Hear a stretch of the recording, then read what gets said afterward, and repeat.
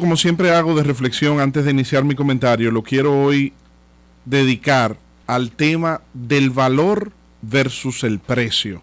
Algunas veces nosotros nos concentramos en estudiar el precio de las cosas, pero no el valor de las cosas.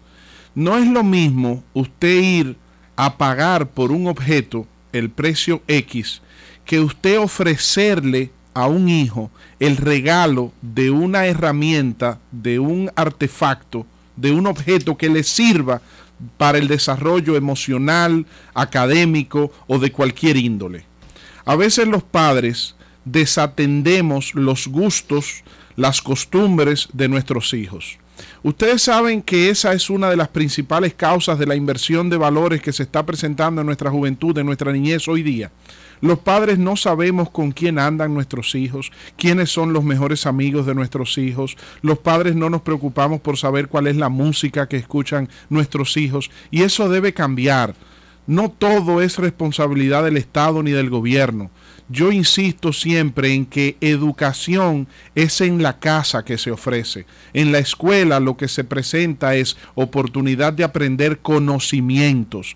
La educación de nuestros hijos tiene que estar basada en el valor, en esos valores que tienen que ver con lo que ayer hablábamos de Pedro Martínez y cómo él se refería a su madre y a la crianza que recibió, que le ha permitido llegar hasta donde ha llegado. Cuando nosotros vemos ejemplos como los que citaba María Elena con las canciones y el tipo de enseñanza que las letras y de estas interpretaciones se le están ofreciendo a nuestros niños, es porque estamos más concentrados en los precios que en los valores. Y nosotros debemos, y yo invito a que nosotros reflexionemos sobre lo que es la calidad de tiempo y la atención en el tiempo que le estamos ofreciendo a nuestros hijos, para nosotros poder enseñarles realmente el valor de las cosas, el significado de las cosas, desde el punto de vista emocional, no el precio desde el punto de vista económico meramente. Les dejo esa reflexión a las 8:15. Hoy me quiero referir al informe que presenta el Banco Central con respecto al comportamiento de la economía de República Dominicana. Miren, señores, esto es lo mismo año tras año.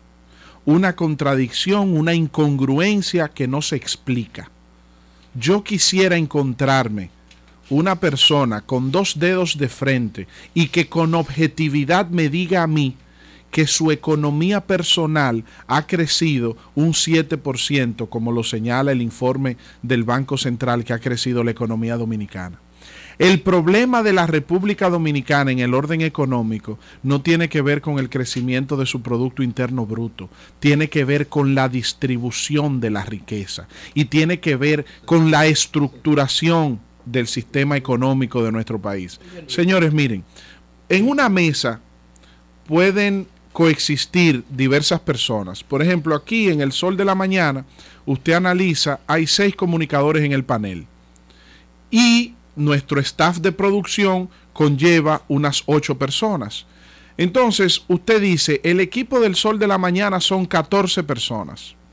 Y usted establece el ingreso de cada una de esas 14 personas y eso le da un monto. Imagínense ustedes que calculemos que Eury Cabral ingresó a las finanzas de Eury Cabral en el pasado año 2014 100 millones de pesos. Y entonces a María Elena y a mí ingresaron 2 millones, uno por cabeza. Y así usted le pone a todos los demás un monto X. Entonces, cuando llegamos al final del año, usted dice, la economía de los miembros del equipo del Sol de la Mañana se incrementó en un 7%, porque en el año 2013 ellos tuvieron ingresos de 100 millones de pesos y ahora en el 2014 tuvieron ingresos por 107 millones de pesos. Y entonces hubo un incremento de un 7%. Pero ustedes saben cuál es la realidad. Que esa economía, ese crecimiento que presenta el equipo del Sol de la Mañana, haciendo un paralelismo con la situación económica del país, está concentrado en más de un 90% en las finanzas, en los ingresos de un solo miembro del equipo, que es Eury Cabral. Entonces usted dice, es un ejemplo que estoy haciendo, fue lo primero que dije. Entonces usted dice, creció la economía del sol de la mañana, pero concentrado en las manos de uno solo de los miembros del equipo. Con la economía dominicana está pasando que el incremento de los ingresos y el crecimiento que el Banco Central presenta hoy lo reflejan diversos sectores de la economía nacional. Los generadores de electricidad, las empresas de telecomunicaciones, los bancos comerciales, entre otros sectores. Por ejemplo, la tesis del precio de la desigualdad que presenta Joseph Stiglitz, Premio Nobel de la Economía, en su libro que se llama a sí mismo El precio de la desigualdad, establece que en la economía mundial, el 1% de la economía mundial, el 1%, acapara el 99% restante. De toda la población mundial, el 1% acapara las riquezas del 99% restante. Bueno, ese era el lema de Occupy Wall Street. Es precisamente cuando la crisis, somos el 99%. Y lo mismo pasó también con la primavera árabe, y lo mismo pasó con España cuando los movimientos que hoy encabeza Pablo Iglesias, pero que en ese momento estaban ocupando las calles de Madrid. Es la misma posición a nivel mundial. Señores, el crecimiento económico de un país no se puede medir por las estadísticas que presenten sus organismos oficiales, porque eso no se corresponde con la realidad. Si yo le pido a ustedes que abran esos teléfonos y que escuchemos a la gente, nadie, absolutamente nadie ha percibido un incremento en su economía, en su situación económica, no de un 7, no, ni siquiera de un 1%. Ese es un vendesueño. Pero además otra cosa que yo quiero que analicemos también, para que no nos dejemos coger de tontos, ¿A qué precio ese crecimiento económico que presenta el Banco Central? Sobre la base del endeudamiento externo, sobre la base de coger prestado, como ayer, 600 millones de dólares más aprobados en préstamos en la Cámara de Diputados. Eso es una falta de respeto. Es un abuso lo que se está cometiendo en el gobierno del Partido de la Liberación Dominicana y del presidente Danilo Medina con la carrera de endeudamiento, que es el mismo modelo económico del PLD.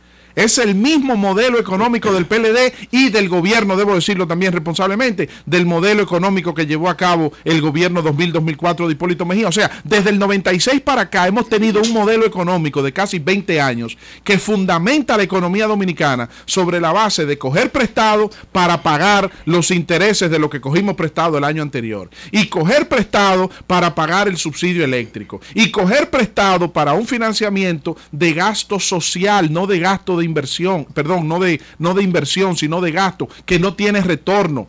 Coger dinero prestado para pagar nómina, coger dinero prestado para pagar subsidio, coger dinero prestado para pagar deuda. Así no se llega a puerto. Y entonces, queriéndonos coger la cara de pendejos, presentando informes de crecimiento de economía que no se corresponde con lo que está viviendo la población. Cuando aquí se hacen encuestas, esas mismas encuestas, las encuestas no pueden ser buenas para una cosa y malas para otra. Usted no puede creer en una encuesta para una cosa y no creer en otra. Si ustedes creen que Danilo Medina tiene un alto porcentaje de simpatía y de popularidad de acuerdo a las encuestas, pues esas mismas encuestas en las que ustedes señalan que Danilo tiene una alta popularidad son las mismas encuestas que le dicen que la población está insatisfecha con el modelo económico y que no están recibiendo los beneficios de las rebajas de los artículos de, por ejemplo, del barril del petróleo en el mercado internacional, en los artículos de la canasta básica. Ayer el presidente de la Comisión Económica del PRD, el profesor Iván Rodríguez, ofrecía una rueda de prensa y señalaba que en el año 2015, oigan este dato, en el año 2015, en el presupuesto de este año 2015, el gobierno calculó el precio del barril del petróleo a $92. O sea, que la factura petrolera para este año 2015 tendría un precio promedio de $92 por barril para todo el año 2015. Señores, el barril del petróleo tiene más de 4 meses por debajo de $50 el barril. Ayer cerró a 46,13. Eso significa, proyectado al 2015, que el gobierno va a tener un ahorro de cerca de $1.600 millones en el año 2015, solamente por concepto de la rebaja del barril del petróleo.